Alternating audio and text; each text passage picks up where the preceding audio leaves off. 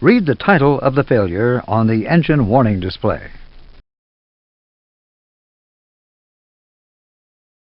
Observe the amber IDG low pressure on the ECAM electric page and the amber IDG1 fault light on the electric panel.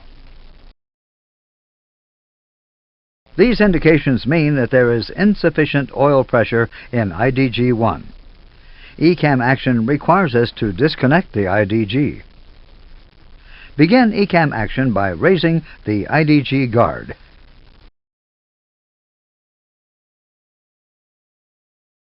The guard has been raised.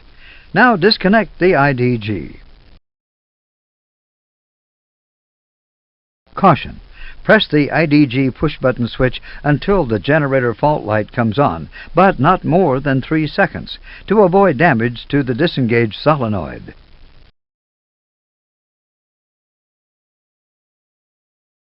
Generator number 2 has automatically taken over the generator number 1 load through the AC tie bus and is now supplying the entire electrical system. On the ECAM electric page, an amber disconnect has replaced the previous low pressure, signifying that IDG number 1 is now disconnected. The IDG number is shown in white to indicate that engine 1 is still running.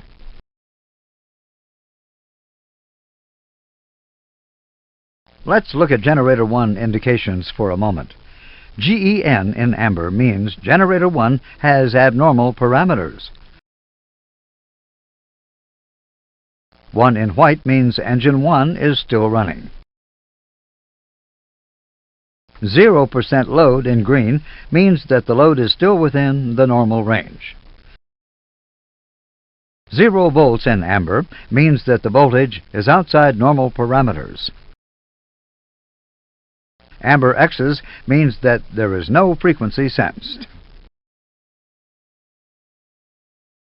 The amber fault on the generator 1 push-button switch means generator 1 is not supplying the system.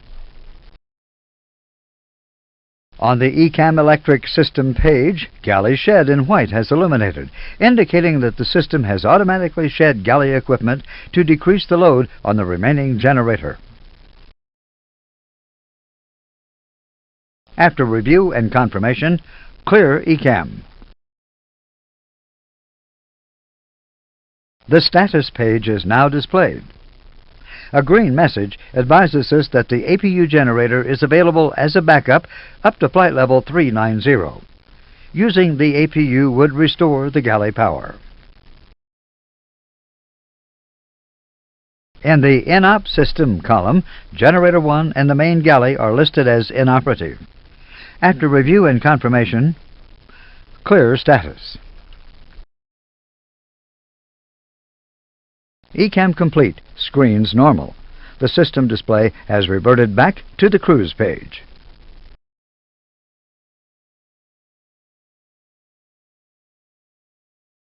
On the engine warning display, read the title of the failure. Observe generator and load indications in amber on the ECAM electric page, indicating that the load is abnormal. Galley fault light illuminated on the electrical panel, helping you to locate the proper switch. The galley will be switched off to reduce the load. Notice that there is no fault light in the generator 2 push-button switch because the generator is still powering the AC bus 2.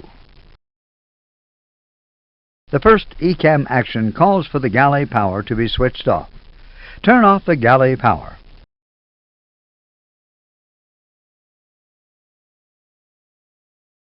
On the ECAM electric page, note that galley shed indication has appeared.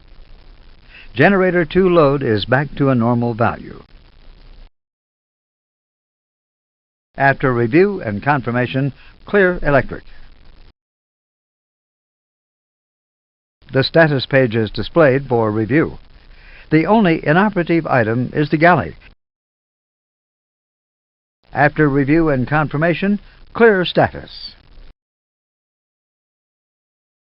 ECAM complete. Screens normal. The system display has reverted back to the cruise page.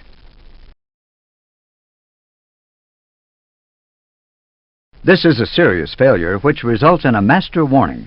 Normally, AC Bus 1 supplies the following: the AC Essential Bus, DC Bus 1, which in turn feeds the DC Battery Bus, the DC Battery Bus, which normally feeds DC Essential.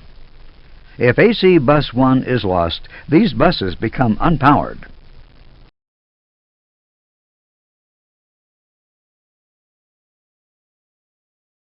When power is lost to either DC bus, the DC tie bus relay automatically closes and repowers the dead bus.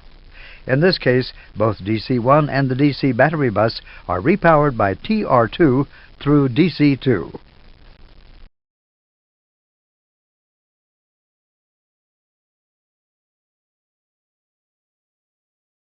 However, with the loss of AC Bus 1, AC Essential and DC Essential both remain unpowered. The most noticeable consequence is that the captain's PFD, ND, and the engine warning display go blank.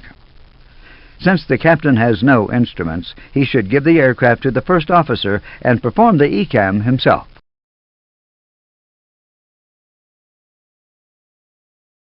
The EWD and the ECAM checklists are now displayed on the lower ECAM. The first item is the autopilot. It can be cleared either by clicking twice on the autopilot disconnect on the side stick or by using the clear key on the ECAM control panel. For this exercise, use the clear key. Clear auto flight. The first item, autopilot, has disappeared. Looking at the remaining lines, we can see that the AC Bus 1 fault has led to AC and DC Essential Bus failures. The first blue line in the procedure tells us to switch AC Essential Bus from AC Bus 1 to AC Bus 2. This will repower the AC Essential Bus. At that point, AC Essential will power the Essential TR, which will in turn repower the DC Essential Bus. Note the amber fault light in the AC Essential feed switch. This amber light is also telling us to operate the switch. Perform ECAM action. The amber fault light has now been replaced by a white alternate light. This means that the AC Essential Bus is now powered by its alternate source, AC Bus 2. After a few seconds, the captain's PFD and ND and the EWD are recovered. The ECAM electric page is then automatically redisplayed on the lower ECAM.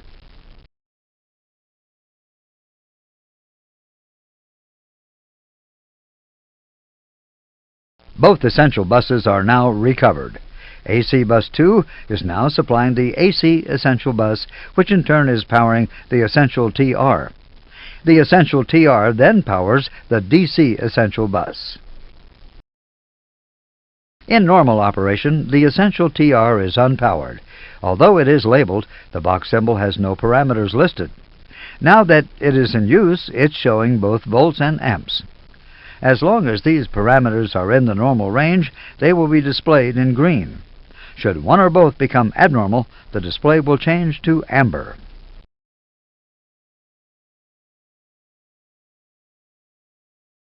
The only bus which remains unpowered is AC Bus 1.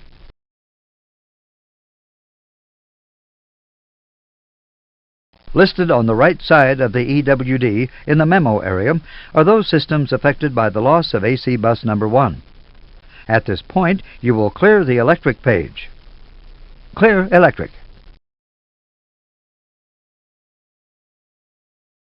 Normally, at this point you will start to review the ECAM pages relative to the secondary failures: avionics, ventilation, hydraulics, fuel, and flight control pages. However, we will bypass the rest of the procedure since those pages relate to different systems.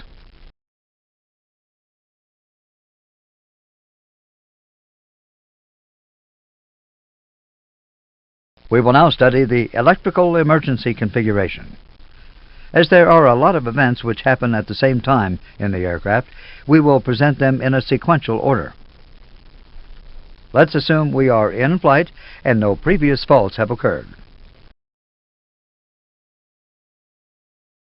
The RAT automatically extends if both AC buses 1 and 2 lose electrical power above 100 knots unless the aircraft is on the ground.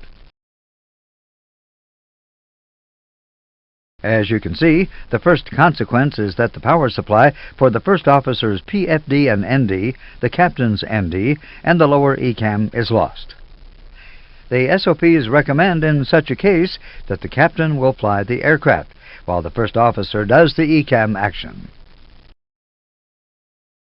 First, let's look at the sequence of events regarding the various electrical configurations during RAT operation on the A320.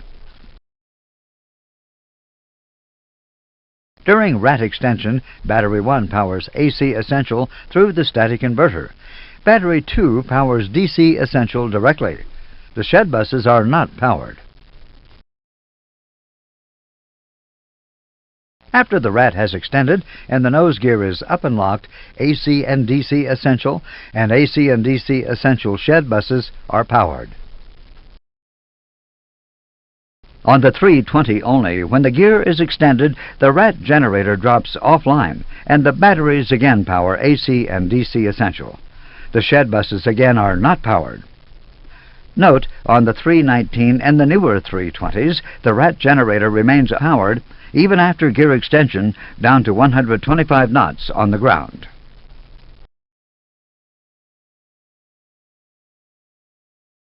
On the ground below 100 knots, both batteries automatically connect to the DC battery bus. Below 50 knots, AC Essential is no longer powered, and the CRTs are lost.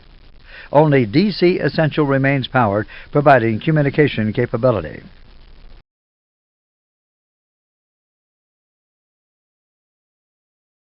We will now look at cockpit and ECAM indications during the emergency electrical configuration. Observe that the red RAT and emergency generator fault light on the emergency electric power panel is illuminated. This means that the emergency generator is not yet online. The light has extinguished, and the emergency generator is now supplying the system. Notice that the captain's ND has been restored. Several important items are restored with the operation of the emergency generator: the captain's ND, MCDU, DME, ADF, and the transponder. The first line on the EWD deals with the autopilot. To continue with the procedure, you must first clear this line. Clear autoflight. Read the title of the failure. The red Emergency Config title means that you are in an electrical emergency configuration. Note the red message in the memo portion of the ECAM: Land ASAP. Both generators have been lost. The only electrical power available right now is the RAT and the batteries. Therefore, it is recommended that a landing be made with reasonable haste. Note the minimum speed of 140 knots with the RAT extended. Below this speed, the RAT will stall, leading to the aircraft being supplied by batteries only.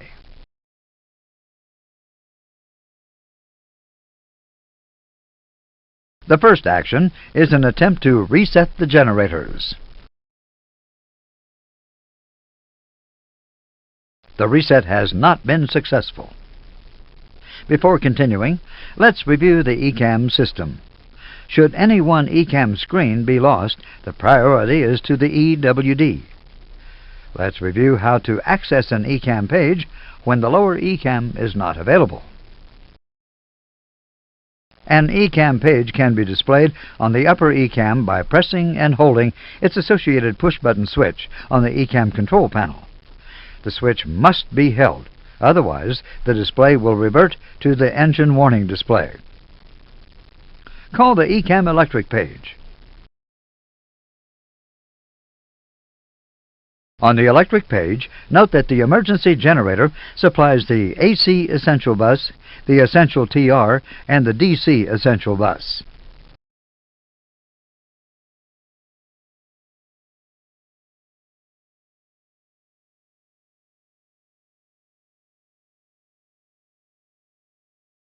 By releasing the ECAM electric push button, the engine warning display is again displayed on the upper ECAM.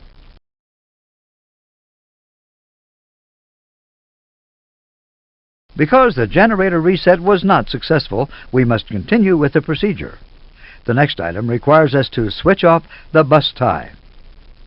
Continue ECAM action.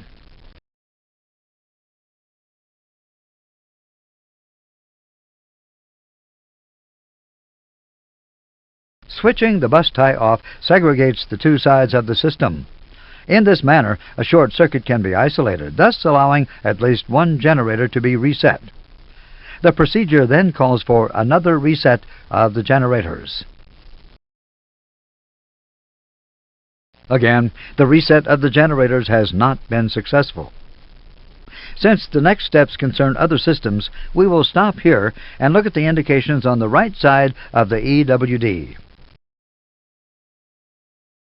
Notice the amber nav, flight control, and auto-flight system titles. These systems are also affected by the failure. Their related procedures are stacked after the current one and will appear with the completion of the emergency configuration procedure.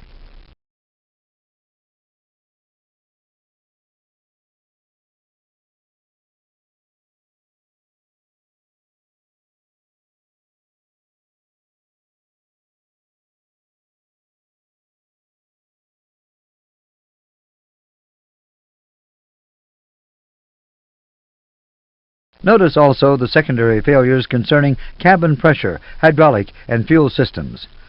There may be other secondary failures that are not yet displayed, since there is an overflow indication, green arrow. We will now jump to the end of the emergency electric procedure to show how the secondary failures can be viewed.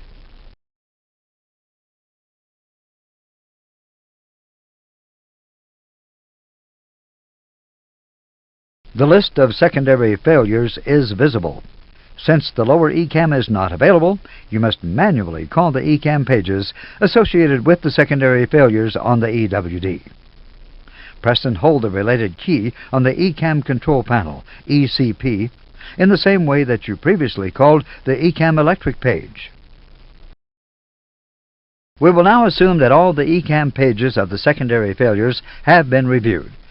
When you cleared the last failure, the memo section was restored to normal. Note that there are now 5 memos that serve as reminders about systems that do not normally operate in this manner. In particular, the green "Rat Out" memo message confirms that the rat is no longer stowed, and the green emergency generator memo message indicates that the emergency generator is supplying the system.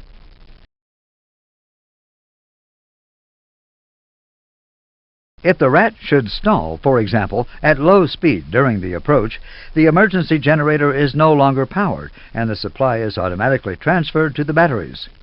Note that the emergency generator indications have disappeared. Because the battery discharge current is high, the indications are displayed in amber.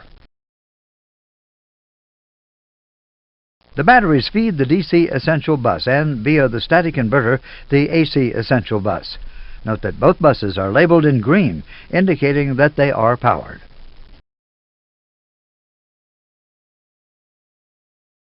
Both shed essential buses are automatically depowered, indicated by the amber shed indications below their respective buses.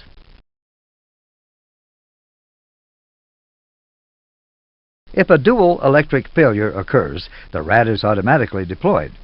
During the rat extension, about 5 seconds, the electrical system is powered from the batteries. The approximate flight time on batteries only is 30 minutes.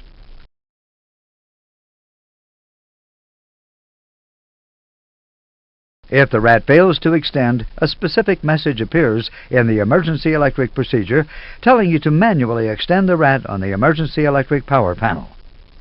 First, raise the guard. The guard is up. Now extend the rat.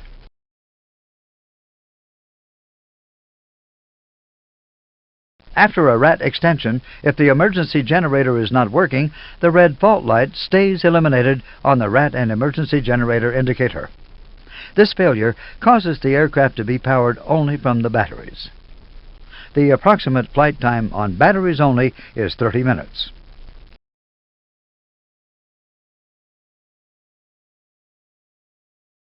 Should smoke be detected in the avionics bay, the amber smoke light illuminates on the Generator 1 line push-button switch. A master caution and an ECAM procedure are also triggered.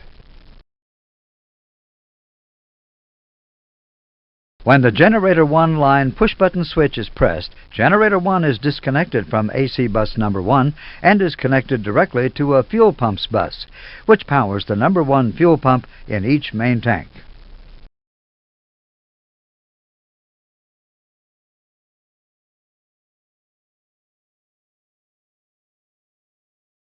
The avionics smoke ECAM procedure leads to the shedding of the main buses. In this case, the electrical system configuration is the same as in emergency, except for the fuel pumps, which remain supplied.